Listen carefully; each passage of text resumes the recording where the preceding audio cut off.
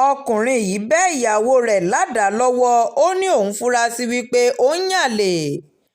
ọwọ́ iléeṣẹ́ ọlọ́pàá ìpínlẹ̀ Enugu ti tẹ arákùnrin ẹni ọdún mẹ́tàlélọ́gbọ̀n kan tí wọ́n pe orúkọ rẹ̀ ní Sunday Echege fún ẹ̀sùn wípé ó gé ìyàwó rẹ̀ Chinonso Echege lọ́wọ́.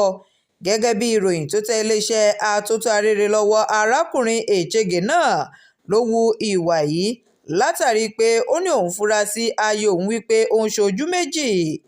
Nígbà tí ó ń fìdí ìṣẹ̀lẹ̀ náà múlẹ̀ nínú àtẹ̀jáde kan, alukoro fún iléeṣẹ́ ọlọ́pàá ìpínlẹ̀ Enugu SP Daniel Ndukwe ṣàlàyé pé afurasí náà jẹ́wọ́ wípé lóòótọ́ ni òun ṣe ẹ̀ṣẹ̀ náà àti wípé ara ló ń fu òun sí ìyàwó òun tó ní ọjọ́ 26 inú oṣù kínní ọdún 2025 yìí.